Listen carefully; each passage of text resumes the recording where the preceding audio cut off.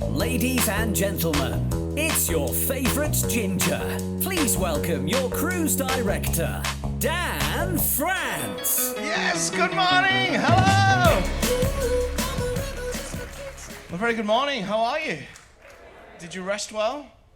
Excellent. Welcome down here and welcome to what is a very unique and special event. And many of you may have joined us for Showtime last night as we introduced Chef Daniel onto the stage. And I'm very excited to get on with the cooking demonstration this morning. So first of all, thank you very much for joining us. And I hope that you're already enjoying all the wonderful food that we've been serving in all of our fine dining restaurants and our main revolutionized cosmopolitan restaurant here on board. But ladies and gentlemen, please join me as we give an extremely warm welcome to the star of today's show. Ladies and gentlemen, put your hands together for the incredible Mr. Daniel Boulud. And keep that round of applause going as we also welcome his culinary manager. Good morning. Nicole. Good morning, Chef. How are you? How are you? Very well. May I call you Chef? Yes. Excellent. What time? Yeah, you can call me Chef. Excellent. Or Daniel. Oh, Daniel. Good name, Daniel. Good name.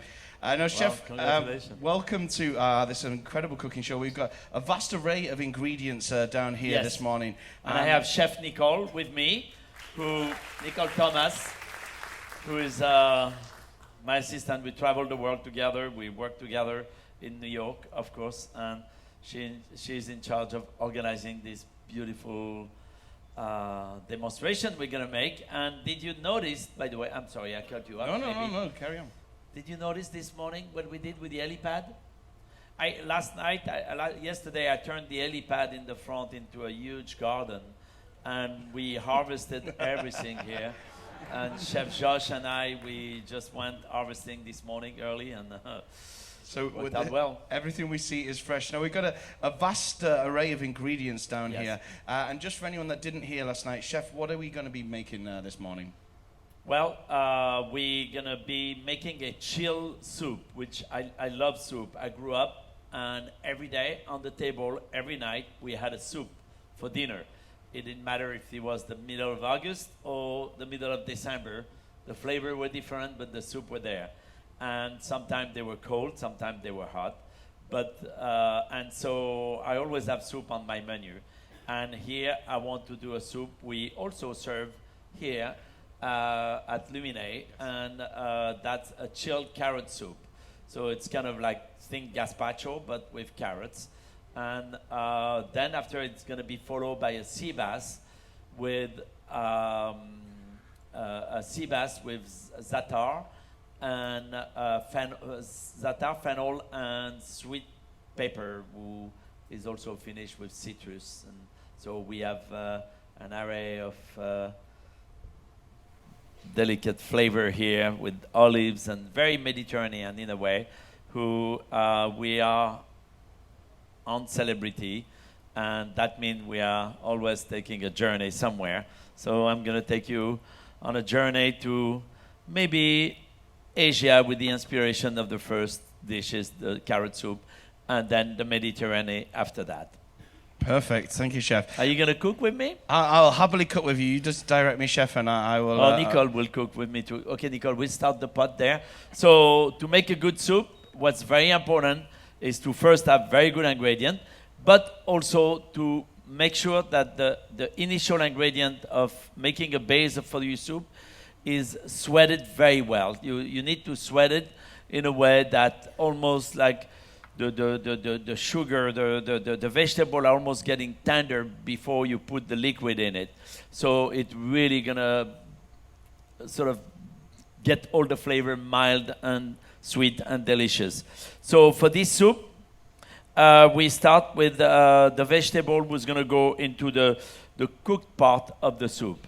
And so we have some leeks. I have some celery, and those get kind of cut. I never shop on a boat, so with a table so low as that, because normally my counter is here, but that's okay, huh? We're gonna do our best to not cut my finger, and also I'm kind of moving at the same time, but that's gonna be okay. Now, Chef, as you're chopping this for the base, is there a particular size that you're chopping into? Does it really matter? Or is it No, gonna be but you don't want to chop too big, because the bigger you chop it, the less sweated it'll become. So this is the leeks and the celery together. And as you see, I just kind of roughly chop it. So you don't have to worry it, and you are not Emery Lagasse, and you can do it. You can do it like a chef. You don't have to worry about that. And so Nicole is going to start to sweat with a little bit of olive oil. So for a cold soup, also what's very important is to not put butter, but olive oil. Sometimes butter tastes good in the soup, or even pork fat. I mean, if you have a piece of bacon to sweat your vegetable, it's good. But once you're going to make the soup cold, it's going to congeal, and it's going to give you this weird kind of feel to it. So always use olive oil for a cold soup. That's very important. And after that, we're going to use carrots. So I started early this morning, and I already sliced my carrots. So you see the carrots are I cut fairly small like this. And I'm using more bigger carrots for that. And that's going to be, so maybe I have more carrot than I did, but that's going to be fine. Nicole's going to master that. So we are using an induction. Here we are on the ship, so there's no gas allowed on the ship. No joke around anyway. But do you think there's gas on the ship? No. Okay. Possibly in some of the main galleys, but well controlled anyway and well looked after. Now, Chef, how many portions of soup are we making here? Because there's a lot of carrots. Don't worry, we're not making it for the whole theater. I was going to say there's at least 700 people. So you see the onion and the leeks. What's important is then when you're cooking, you always want to hear a little bit of music, meaning you want to hear that little sizzling, but you don't want the sizzling to be smoky or burning, or so it has to be sort of a what I call a pale sweat in a way. It's you're sweating the vegetable, but you're not roasting the vegetable. So that's very important, and that sweat maintain itself well like this, and now they're turning nice and light and beautiful green. As long as they keep their color, that means that they are not overly sweating. So from there, we're gonna add the carrots. So like that, because you really want a dense flavor of carrots in your soup. And this is currently it's on a medium-low heat at the moment. Yeah, it's at 3. So we are cooking on an induction. Induction is basically a magnetic heat where by magnetism it really hit the pot, and it's really good because you can really have nice gradual heat. The induction plate is not hot, it's cold while it's cooking, so it's kind of interesting. I mean, underneath the pot it's hot, but on the side of it, it's good. So, if you have kids around, when they come and see you at home, then you want to make sure then they don't burn themselves. Induction is very good to cook with. Okay, so I'm putting a little bit of salt. Also, that's the base. You always never forget to season your soup, because it's very difficult to put the seasoning back if you forget to put a little bit of salt in your soup or seasoning. And and there's nothing worse than unseasoned soup. So with that, we're gonna have some garnish on the soup, and the garnish is gonna be using smaller carrots. If you don't have any small carrots, like baby carrots, we call it, and they come in different colors. Sometimes they're even purple and all that. If you don't have that, don't worry. Just do it with the big carrots. Keep some carrots and cook it, and also keep some raw. And like here, for example, I shave it. So you shave carrots on the mandolin. We call that mandolin there, and that's that tool where you slide the carrot over. But then I'm gonna also cut, or you can use a peeler for that. Nicole is gonna show you. And then we cut also those little carrots. So some of them you can peel them to keep them raw. And this one here, You cut them in wheels like that. Perfect. And again, is not about, I mean, you can also cut it with your vegetable slicer, no doubt. Voila. So you have these cut carrots, and that's going to go into the garnish of the soup, and the shaved carrots as well. So in the preparation of the soup, I'm going to have also the shrimps. So the shrimps, I'm going to cook them. I'm going to cook those sliced carrots and finish the sliced carrot with the shrimps around. And that's going to be part of the garnish.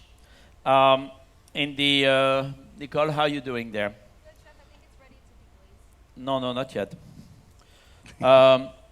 So I like my soup a little hot. So I put a couple of pimento flakes, not too many, but just a little bit inside.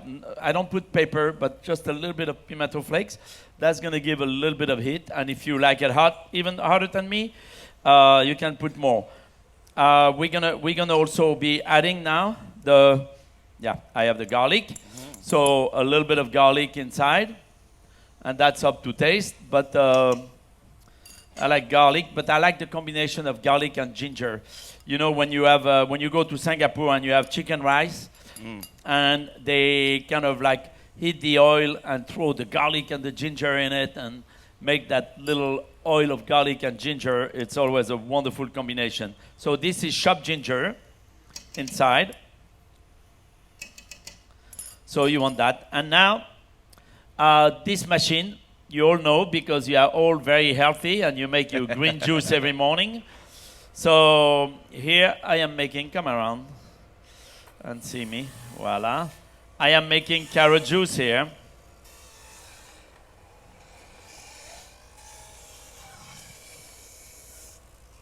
And Chef, while you're doing this, we are going to open the floor to questions because we're going to run our question. Already? Yeah, okay. We're going to run our question and answer session as we cook along as well. So you see, you need at least, for your soup, you start with at least 5 pounds of carrots, 1 pound per person minimum. Huh? What do you think, Nicole? Is that a good number? Yeah,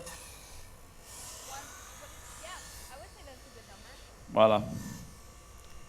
Not going to put my finger all the way down there, but normally it comes with a... Voila. So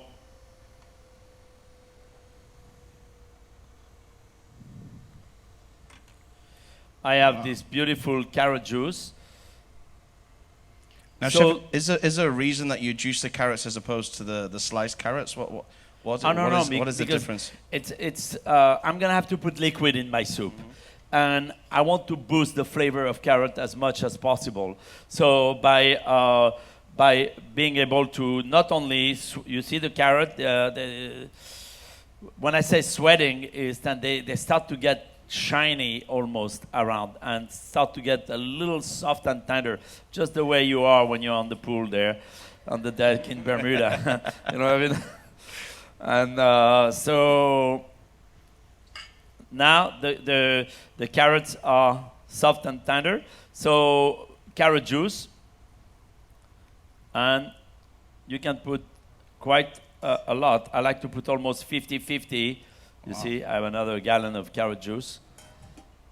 And I had a glass this morning as well. And then I put also chicken stock. So chicken stock, and when you make a soup, what's important is the ratio of solid to liquid. And here we don't have potatoes or thickener in the soup. So you have to remember that carrot has a certain degree of thickener. It's not like potatoes.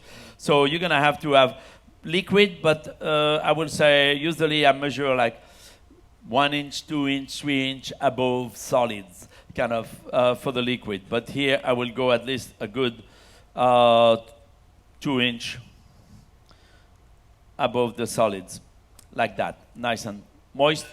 And so the soup is going to cook gently.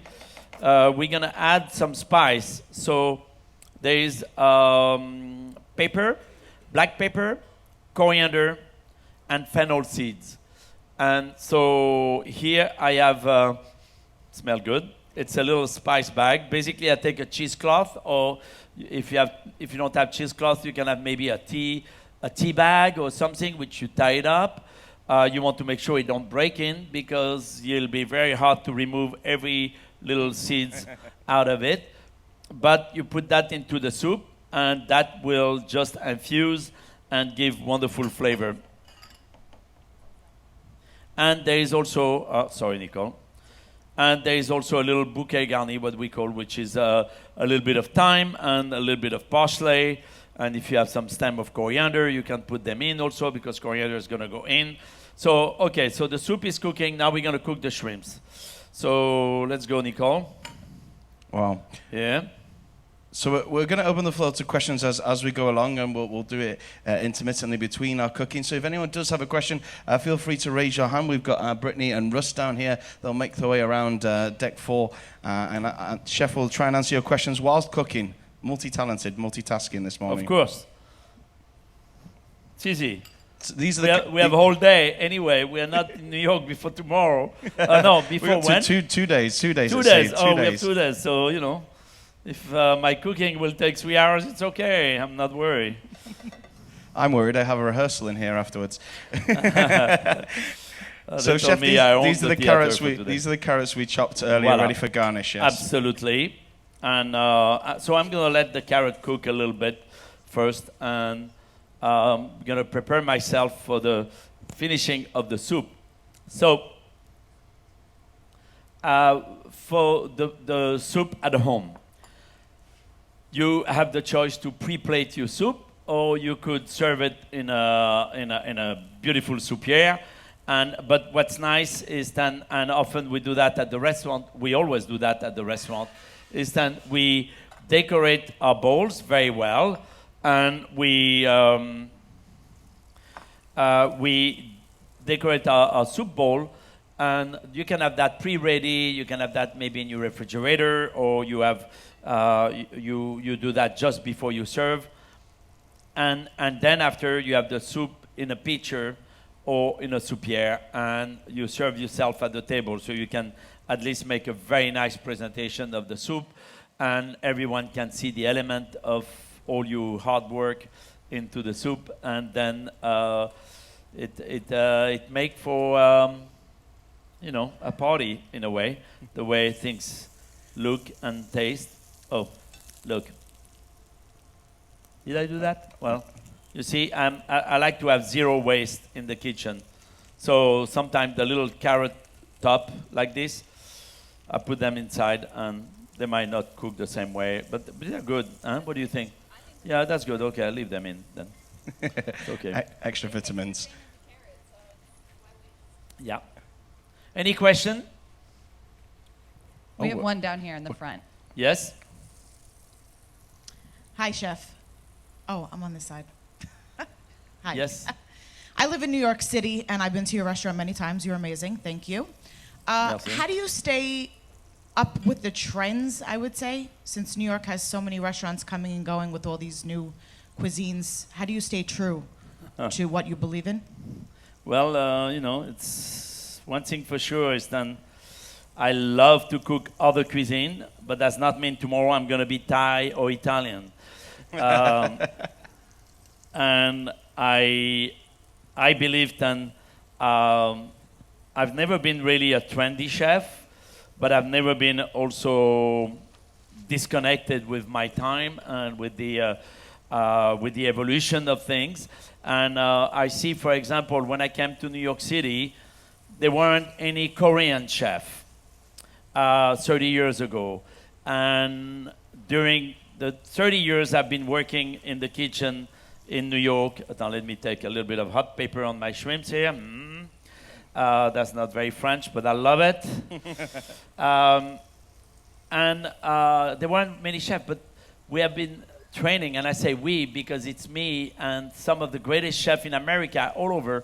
We have been training a whole generation of chefs from Korea because their parents came maybe in the 70s in America and the 80s, and their children wanted to do something different, maybe than their parents, and they love food, and food is something very important. And it's something I've noticed in this particular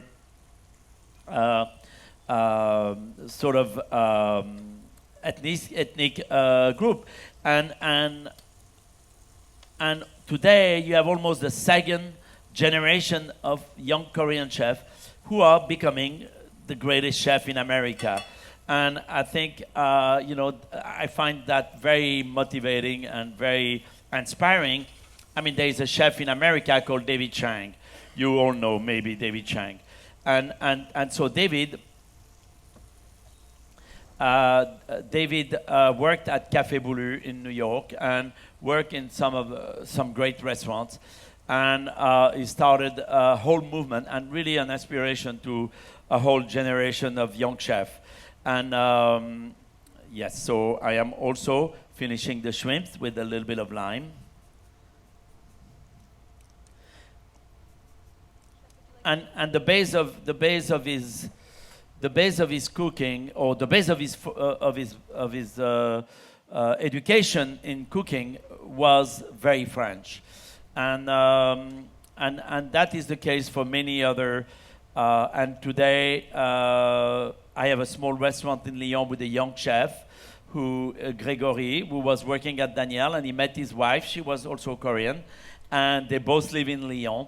And now they are both cooking French with a little bit of an edge to their relationship. They're married. They just had a kid, and I feel that the result of this cross-cultural opportunity we have to cook together give me the chance to teach them good basic, but also for me to learn from who they are, where they come from, what they like, and how they cook as well. So I don't know if it answered what you asked for, but I will say that at Café Boulud we opened 21 years ago, and at Café Boulud we have the menu is made of 4 different menus. One of them is La Tradition, which is French cuisine, and it's about. Give me my spoon. Voila. So we have. I have some chill things here. Huh? No, we don't blend the soup. So one thing, I have some soup with blend here. That'll be fine. With that, we're going to put a little bit of whipped cream. Nicole, go ahead. So we have a little bit of whipped cream. So heavy cream, lightly whipped, seasoned, with a little bit of lime zest as well, and chopped coriander, and a little bit of Aleppo pepper we'll put on top. So I cut the shrimps in smaller pieces. So when you eat a soup, the last thing you want is to take your fork and knife and start to cut through it. So I have a little piece of shrimps where, like this. So all this get chilled, of course, and that you can do the day before, the soup, the shrimps, the carrots, the carrot garnish, and all that. Now, Chef, speaking about... Yeah, go ahead. I was saying, speaking about up-and-coming chefs, part of your collaboration with Celebrity Cruises is you're going to be running a culinary program for our chefs on board and developing some of the already amazing talent we have, right? Yes. Well, that we have already started working closely together with developing recipe, and for example, on the ship, I told you I got up early to go to the garden, but actually it was Chef Josh on the ship who did the beautiful dressing of these tables here, and with also Chef Vija, which we're gonna see him later. He's gonna come and say hello on stage, and they did a beautiful dressing of this, and they are the one who are working with us closely on developing. And also making sure the young chef here on the boat, all the chefs learn the way things should be made. Absolutely. And I'm sure you can see up there on the screen, it's already starting to look beautiful down here. This is the most eloquent soup I think I've ever seen. So, I was talking about Café Boulud. And Café Boulud, we have the French La Tradition menu. We have a menu called La Saison, which is about the seasonality. So we are starting the summer menu right now. Then we have a menu called Le Potager, and that's about the vegetarian menu. So I'm putting a little bit of zest of lemon here on top. Sorry. No, this one, no. Little bit of Aleppo, pepper here. So Aleppo pepper, it's another kind of mild hot pepper, but you can use also piment d'Espelette, a little pimentos. And then I am putting a little spoon of the coriander, fresh coriander, and lemon zest cream here. Wow. And then we have a little bit of the, do you have a tweezer, Nicole? No, give me a tweezer. No, you don't? Okay, put the,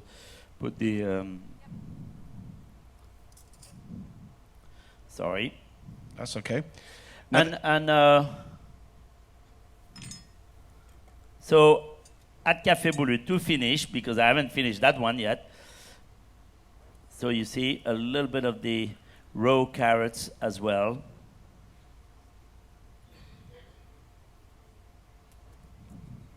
We can see presentation is everything, of course. And this is how you present it in your restaurant and also in Luminaire. Well, here I on don't board. know. In the restaurant, it's a little bit easier than on stage, but voilà.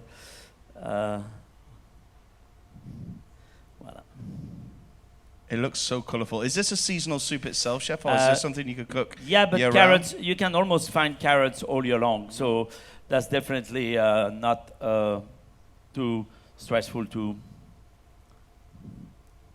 But with the cold soup, probably better in the summertime, Okay, right? you have enough coriander. Voilà.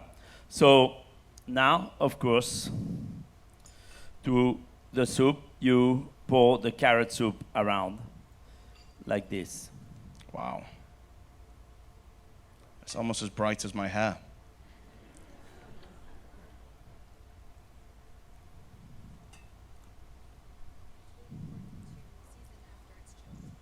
So, two things, because we're getting a little lost with things. The soup, once it's done like this, for example, you see it has a beautiful carrot color, carrot flavor, proportion of solid to liquid and all that. You chill the soup like this. I can blend it hot, super hot, and no problem. But I will recommend for you to chill it, so in case you mess up with a blender, you don't burn yourself. Or let it cool, at least let it cool, and then blend it, and then strain it, and put it in the refrigerator. And when you make a soup, a blended soup, and you're not sure your proportion of liquid to solid, is then if you have any leftover of juice or anything, it's not a problem.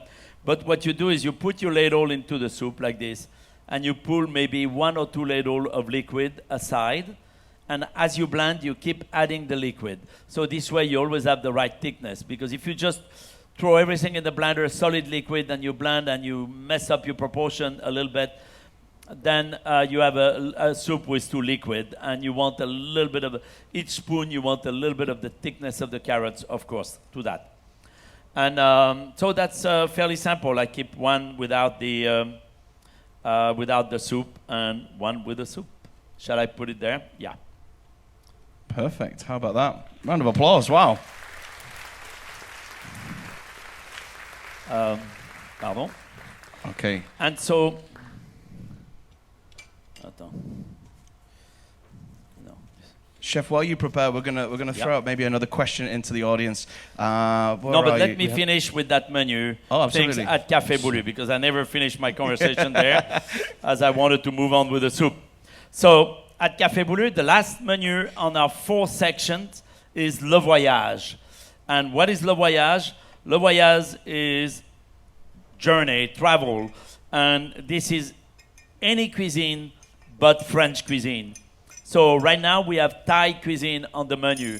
We had New Orleans before. We have done Mexican. We have done Greek, Italian, and all that. So I think that answered to your question in a way. What are you doing as a French guy when there's all these trends around? But for the last 20 years, I've been cooking the cuisine of the world. So I don't know if I'll keep me out of the trend or in, but I enjoy playing with that. Voila. I fully answer your question. Do you have a favorite cuisine apart from French to cook? You just said you cook in love, Thai and New Orleans. I mean, to me, I love any cuisine who has a connection with its, who has a connection with the land. A culture. And the culture. And so, of course, I love Italian cuisine. I love Japanese cuisine. I love French cuisine because it's all about this culture of the land. And what I love about French cuisine is that, of course, we always think, oh, French fancy this and that. But French cuisine is also about regional cuisine. And it's about bistro. It's about small casual places where it really expresses the true terroir of a country. And so as a young chef, I work in Provence because I wanted to learn about Provençal cuisine, Mediterranean cuisine, the Riviera. And after that, I wanted to learn about the southwest of France because it's by the Spanish border. So so one is close to the Italian, the other one is close to the Spanish, and you really see the influence of that. And of course, traveling the world. I love Turkey, for example, and they have some amazing food. I was talking to a Greek gentleman yesterday, and we talk about souvlaki and how much every time he goes to. The gentleman is the captain of the ship. I was going to say, you must have been on the bridge talking to Greek gentlemen. You must have been on the bridge. Exactly. And he said, the first thing I do when I go home is souvlaki. And I don't blame him because when I go to Greece, that's the first thing I do too. Yeah, absolutely. And you was speaking of foods from the land, we were just backstage a moment ago, and coming up to Father's Day, you were showing us a picture of you as a young boy with your father, where you used to grow and sell garlic at the farmers market.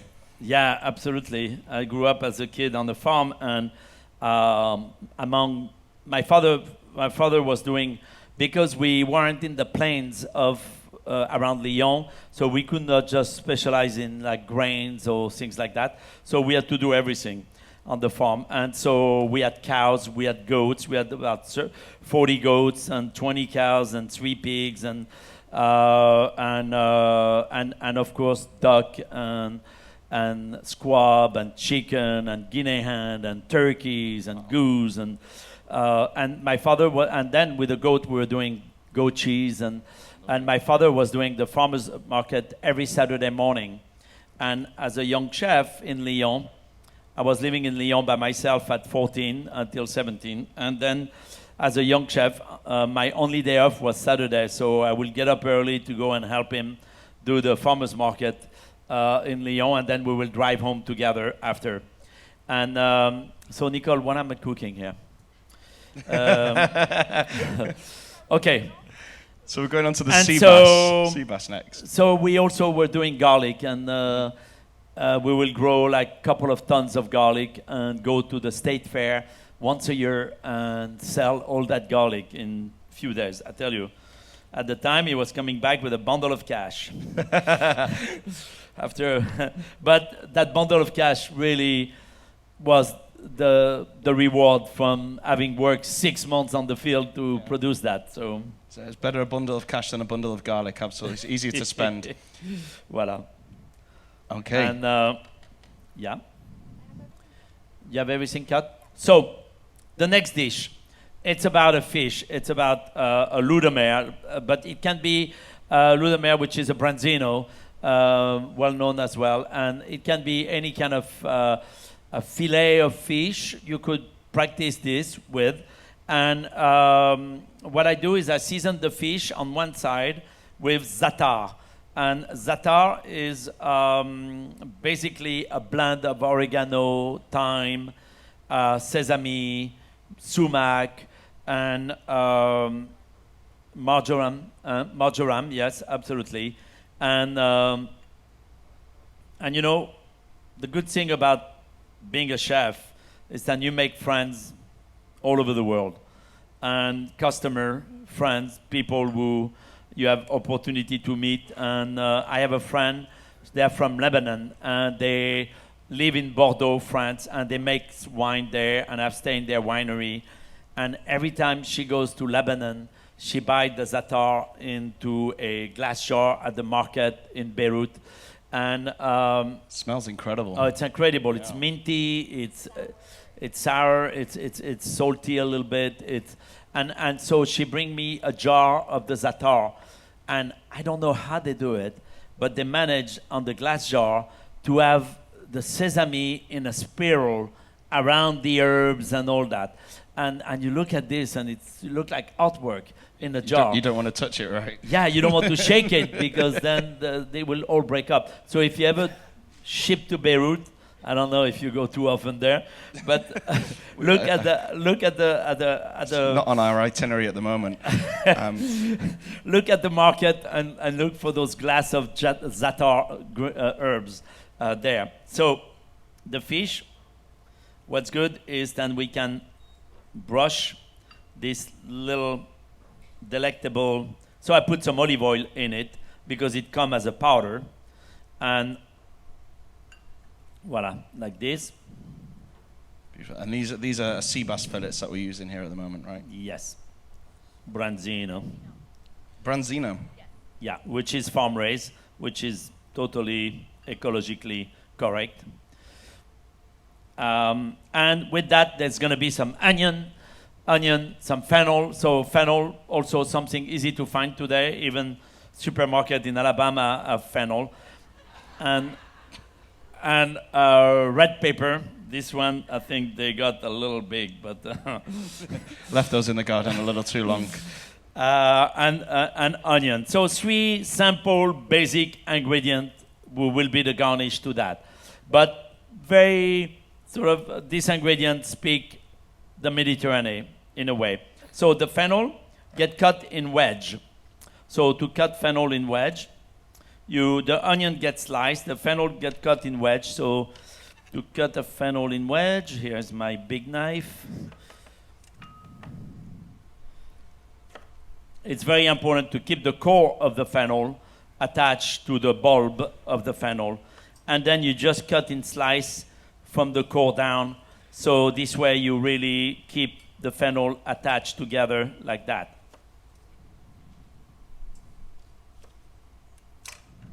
So you see, you have all the little sort of leaves of the fennels attached to the core. And I have that who has been cooking gently in olive oil with some fresh thymes. And you can start, I mean, everything, you cook everything with olive oil or any other oil you have home. But olive oil is always, so this has garlic, it has fresh thyme in it.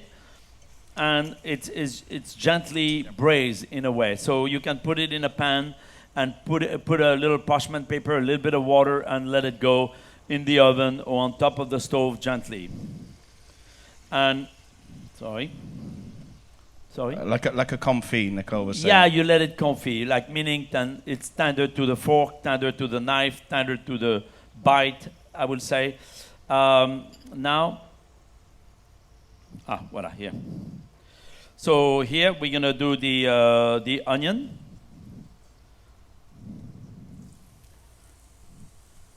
So this is more of a marmalade underneath. And the paper has been also cut in julienne. So for paper, you can choose to take the skin off or not take the skin off. But one thing for sure is that if you don't take the skin off, you need to cook it well and not to cut it too thick because the skin will be a little difficult to disappear. And these peppers already been blanched? So those were broiled and peeled. and then cut in a small julienne. So you can choose to cut them raw, which is fine. That's what I do at home. But Nicole is a fancy little cook who learned well and don't want to make any mistake. So she broiled the paper first. So how do you broil a paper? You cut the paper in four. You put it under the broiler, and when the skin is black, you throw the paper into a little bit of water and wash up the skin, and then pat dry, and then cut the paper like that. So it's fairly easy. Salt. Yes, chef. Voilà. So like before, we can put a little bit of hot pepper as well. I have some Aleppo pepper here. Yeah, it's true. Yeah. Absolutely. I'm starting to doubt that you're French, chef, with all the spice that you add in here. There's a lot of spices. Is that an influence from countries that you've been to before that you've enjoyed this? Yeah, I mean, I don't cruise too much, but I'm well traveled, and I don't have time to do the cruise. But maybe one day I'll slow down. So here we have the garlic to that. We have also some sliced garlic. Smells incredible. Blanched sliced garlic, which we cut and make it a little milder.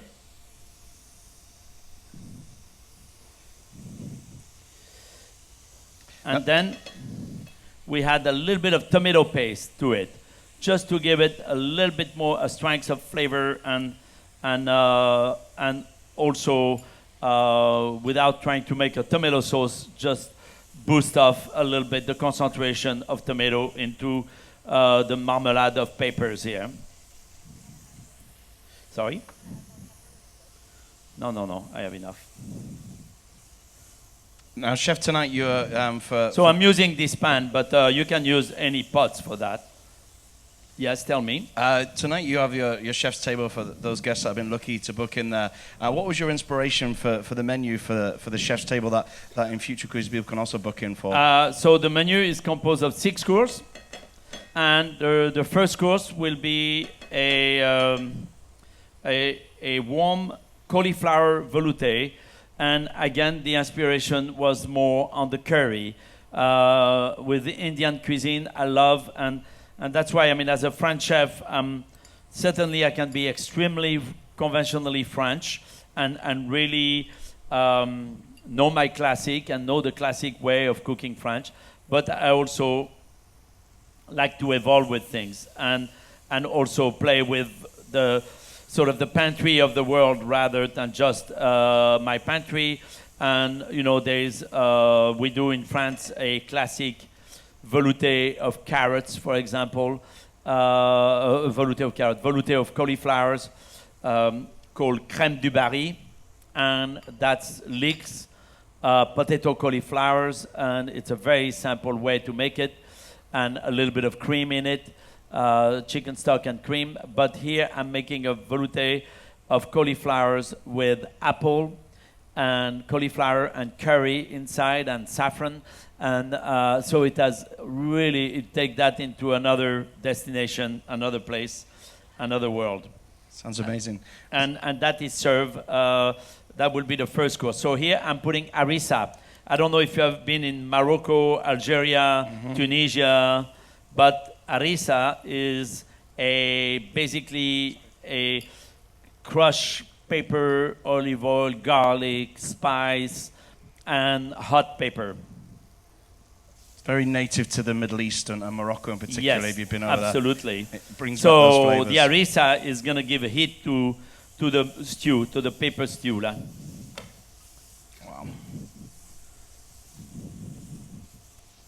I can even feel it on my nose from here. You can smell it. Yeah, let's shut this off.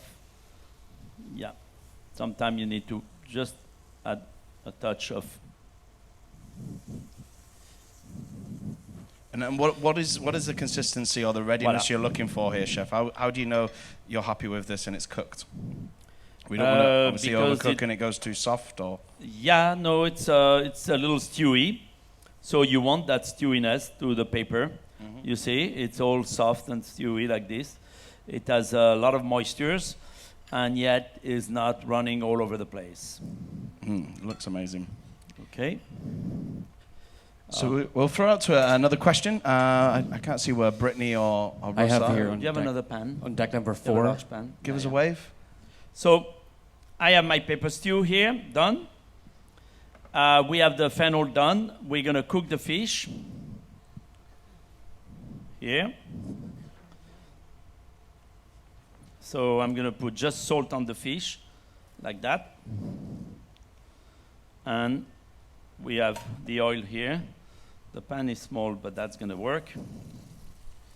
What is your question up there, Russ? When you Sorry? When you were making the soup, you Yes. added, I think you said pimento paste? Yes. To give it a little zip. Tomato. I'm not Tomato. familiar- I'm not familiar with that. And- I didn't say. When I was making the pepper stew here, No, when you were making the carrot soup, the carrot soup. you added, think you said pimento paste? No, to bring- I added a little bit of pimento flake. Flake. Very good catch. Um, Yeah, it's it's a very, chili very similar flakes, to like chili you know flakes. when you go to the pizzeria and they give you that little shaker where you can put extra flake on your pizza.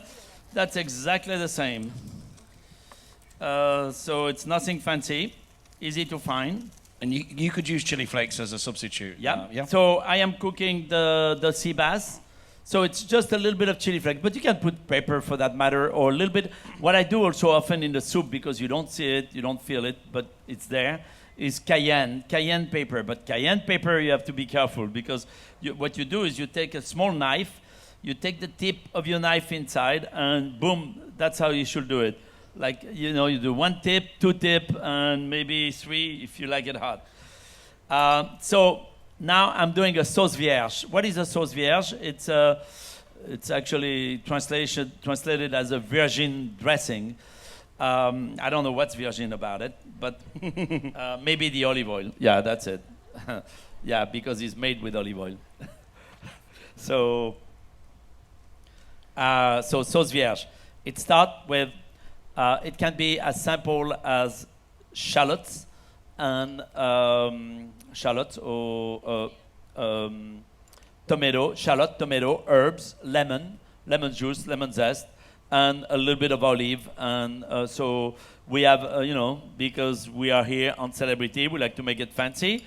So I like to put my shallots half cook. We're doing good. Yeah. No, me. So you see what's important when you have a thin fish like this? Yeah, it's good. When you have a thin fish, is cook it gently, but don't boil it. Don't boil it on the pan. And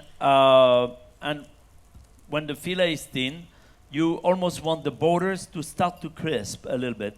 And so when the border start to crisp, the side of the fish start to cook like this.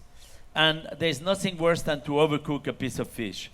And so how do you sear? And that's why I didn't put any spice on the skin of za'atar, because I didn't want that to burn, but I want the flavor to be there.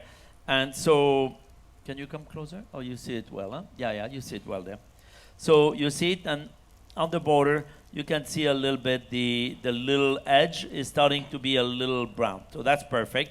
So now my fish is not halfway cooked, but it's definitely not far from that. I'm gonna turn it. Wow. And now, a minute like this, and I'm gonna shut the pan. The pan is hot enough to let my fish finish cooking gently. So I don't care to sear the flesh. I want to just sear the skin, but not the flesh. So the majority of the cooking is done skin side, and then you just finish for the last Exactly. minute on the other side. Absolutely. So you were looking for almost like that halfway point when it starts to turn white, halfway up the fish. Exactly. You see, I could see from the side, and if you see smoke, then there's a problem, But if you could see that little edgy, and that's about all the flesh was gonna get seared, because when you sear the flesh of a fish, unless you put flour or something to protect that flesh, it's gonna dry. And so you want very little of it. And the fish is nice and crispy here. And I didn't put any flour or anything. And you also don't want the za'atar to burn when you flip it over either, right? Yeah, exactly. So by shutting quickly. the pan, you see, it was hot enough, and it's still you can still hear the music in the pan. Mm-hmm. I wish you could be up here. It smells delicious. So shallots, I cook some of the shallots, chopped shallots, and I also have some raw shallots. I have some diced olive, black olive in it. I have some, what do you have, Nicole? The lemon. So, again, you know, we're somewhere in the Middle East, and they also do preserved lemon. How do you make preserved lemon? You take lemon. I like to do that. We do a lot of preserved lemon. This is a preserved lemon, you see? They're ugly, but they're delicious. What is it? What is it preserved in? What are they? And so, how do you preserve a lemon? In our restaurant, yeah, we take Mayo lemon, for example, during the season of the Mayo lemon, and we cut 4 slits into the lemon hole like this, and we have a big bucket of like a big Cambro things, and we put a layer of salt and sugar and herbs and spice, and then we put all our lemon, then salt, lemon, sugar, spice, and all that, all the way to the top. And we leave that for 6 months in the fridge. Wow, that's a lot of preparation in advance. And then after, but it lasts all year, of course. and after you rinse them. So I'm gonna put my preserved lemon. So here I cut them in little dice. So when you travel to those countries, or if you, I'm sure today on Amazon you can order you preserved lemon too, and then you wash them a little bit sometime because they have been in a briny kind of little thing. So depends how they have been preserved after they are cured, I will say. But you rinse them and you cut them in small pieces and use that into your food, and it has that funkiness to it, which I think is interesting. Okay, now we have the lemon, the regular lemon, which I peeled. I cut in segment and cut into small dice.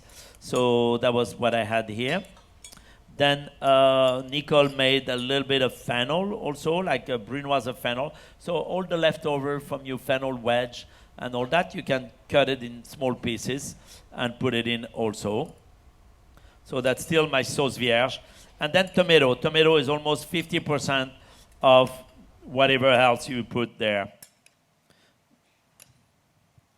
Voila. So now you have this nice mélange. And it has a little bit of the brininess from the olive, a little bit of the tartness from the lemon, a little bit of, and then herbs, chive, chervil, usually chive, chervil, and parsley inside. And what do you have here? Oh, and I'm using also a little bit of the za'atar, the oil. Olive oil marinated with the za'atar, but not the one I use for the fish. That's another, you know, this is just plain to put into the dressing. So, or you can just put olive oil straight up. That's it. But because that dish use also the za'atar, so we use both like that. And a little bit extra olive oil to it. And a little bit more lemon juice. You have that, Nico? Split me a lemon. Now, Chef, tomorrow morning we're going to be doing your book signing. We've got all 3 of your books on board. We do have limited availability. Are some of these recipes in your book? This one for the sea bass? I don't know. You're quizzing me here. I know that one of them, there's 3 books I'm signing tomorrow. That's enough. There's 3 books I am signing tomorrow, and that's going to be my French cuisine, Daniel, my French cuisine, which is the big 8-pound gorilla, and that has 400 pages and hundreds of recipes about Daniel, but there is few recipes about home recipe as well, because but what's important, it don't matter which chef kind of books, is how do you get inspired by reading a cookbook. And you know, the recipe might seem complicated, but to keep it simple is to look at a dressing, a recipe, a technique, a garniture, a garnish, how does the garnish is made. And then after you make your own recipe with simplifying a complicated recipe who was made of 20 steps into 3 for you. So we're going to do a little bit of the pepper. So that's the pepper stew on one side. And it's so colorful. We've got so many colors. Even with the soup, before you even taste it, you can eat with your eyes. It looks amazing. If you do want to join us for the book signing tomorrow, it's going to be up in the Cuisine restaurant, which is located on deck 11 midship. And we'll be starting the book signing around 10:30. So now we have the fennel. You remember the fennel we cooked before?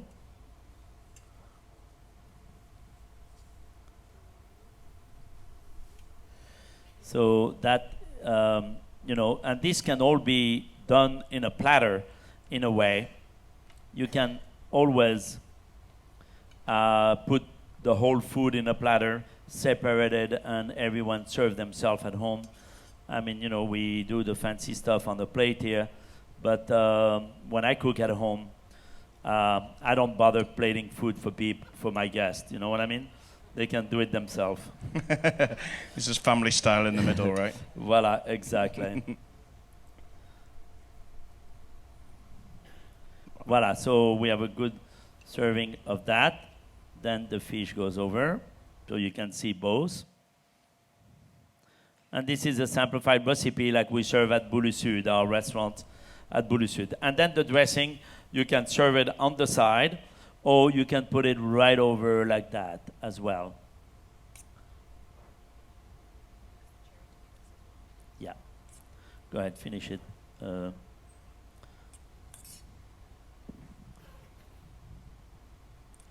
Now, if you do want to taste some of Chef Daniel's food, if you're lucky enough to be in one of our suites on board, you can sample your Lumine-inspired menu, which is served in our Lumine restaurant. And if you're looking at booking future cruises as well, that's always a good one to look at. I'm putting a couple of cherry tomatoes. Just 2, that's enough. One here. And also a couple of black olive. Where are they, you black olives? Just to bring back, and a little bit of herbs also. I have, So on the top of the fennel, we had the little, by the heart of the fennel, there's those little tender fronds here. So it's always nice to bring a little bit of the fresh fennel flavor inside the dish like this also. And one more thing, So I have a little bit of the herbs here, and I'm going to put a little bit of the parsley, one of the herbs who was also inside the dressing before. So it's about, and it's not about decoration only, but it's just to bring also a touch of flavor here and there on the preparation. Voila. Mm-hmm.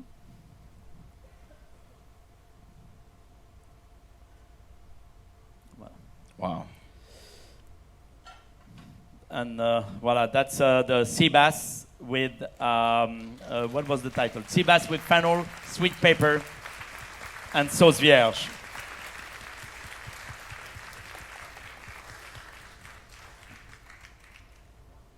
I'm going to make the other one. So that... Wow. So I put it on top. You can put it on the side if you want, but and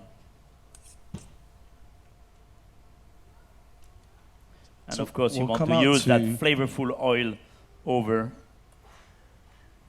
We'll come out to Brittany. I think Brittany's over there with a question. Brittany, hello. Yes. Bonjour, Monsieur Boulud. Yes. Bonjour, Monsieur. I'm in steerage, so I don't get to go to Lumine. You are what? I'm in steerage. What's that mean? I have no idea. I'm British. C'est la troisième classe. Ah! Well, so I can't go I've been there in the past. I'd like to know whether we can enjoy something of your cooking, because I'm dying over here.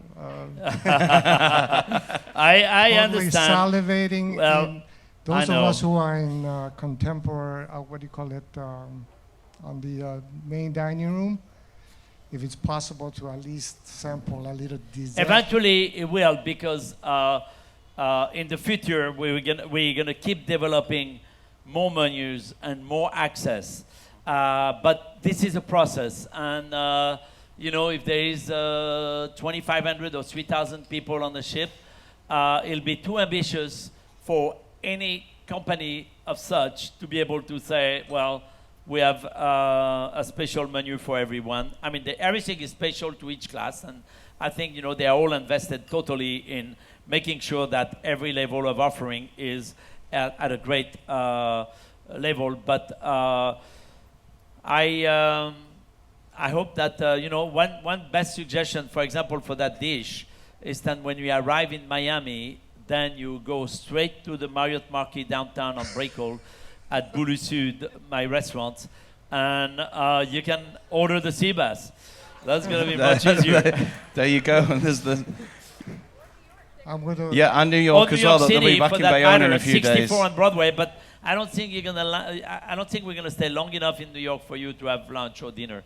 But definitely, I look forward to see you again in New York, and also you can do it at home. You can really do it at home. It was so simple, and I think you follow the recipes. We're gonna make sure the recipe will be online, and little by little we're gonna develop also a wonderful book of recipe for the people who enjoy the recipe on the ship. And like tomorrow, I'm signing 3 books.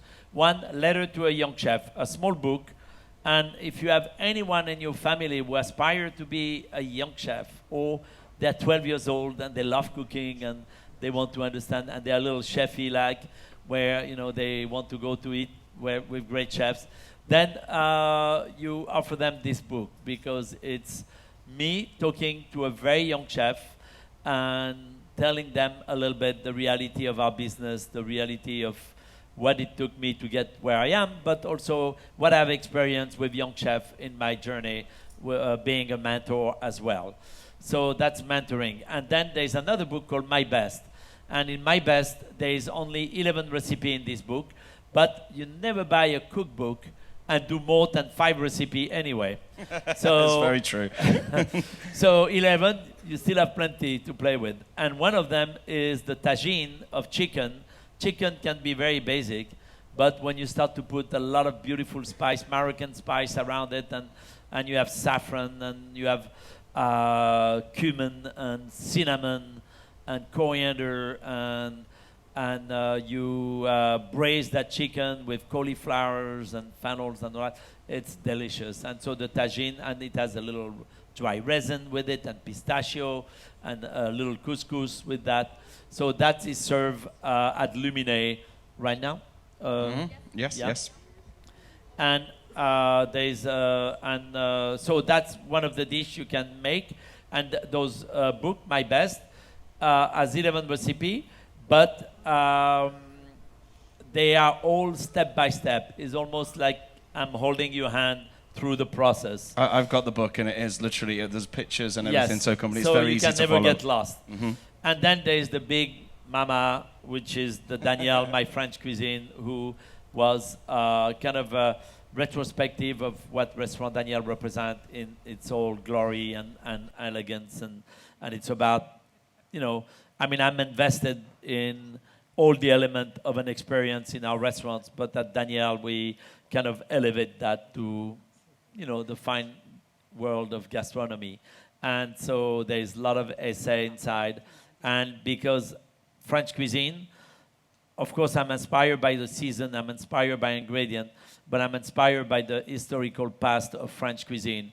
And I have cookbook who goes to the 1700, where French chefs were cooking for Tsar in Russia or for other of those kings and all that.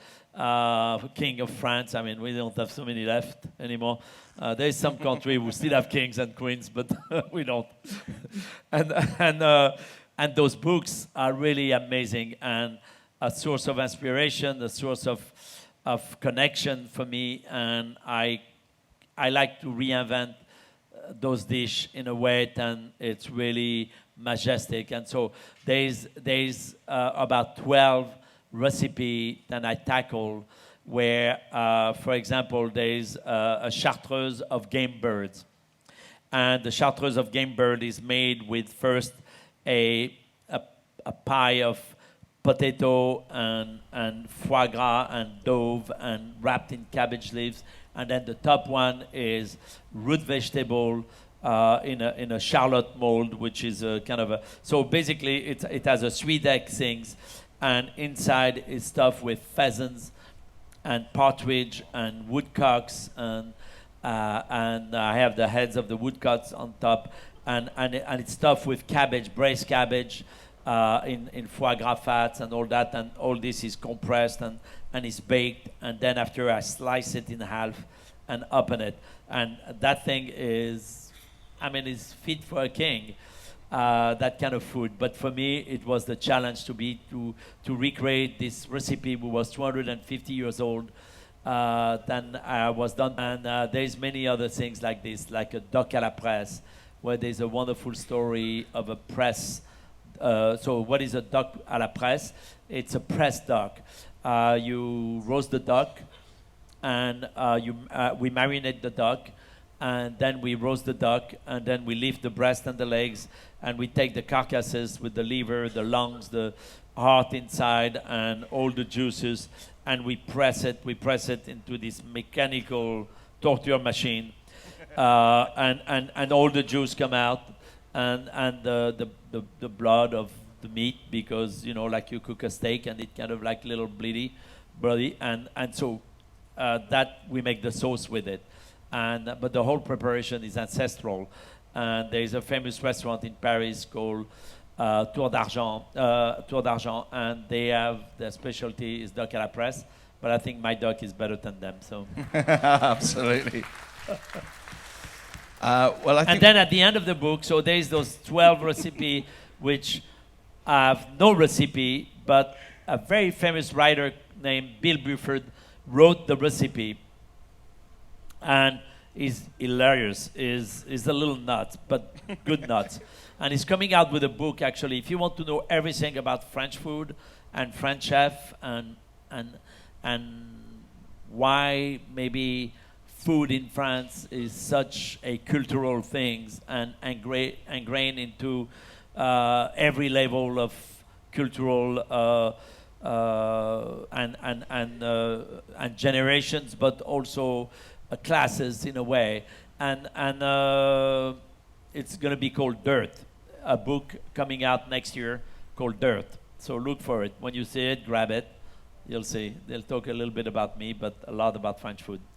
And then at the end of the book, I live right above the store at Daniel. Restaurant Daniel is quite a large, beautiful restaurant, and I live right above.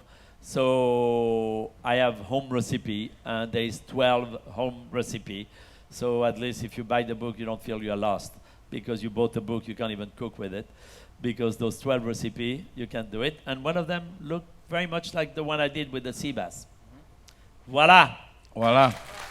Ladies and gentlemen, thank you so much for coming down this morning. If you didn't get a chance to ask a question, tomorrow come along to our book signing up in Cuisine. But I just want to say once again, a huge thank you to Chef's Culinary Manager down here, Nicole, for being such a wonderful thank you, Nicole. Helping assistant this morning.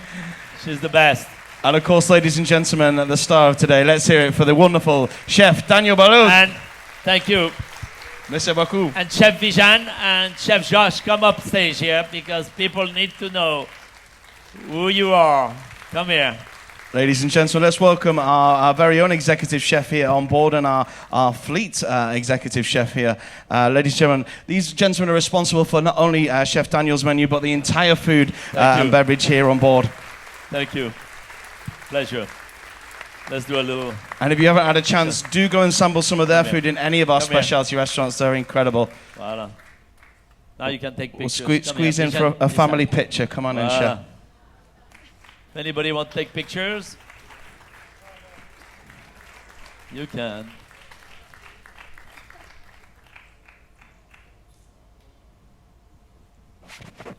Voilà. Thank you very much, everyone. Have a wonderful day. Thank you very much. And thank you once again, Chef Daniel.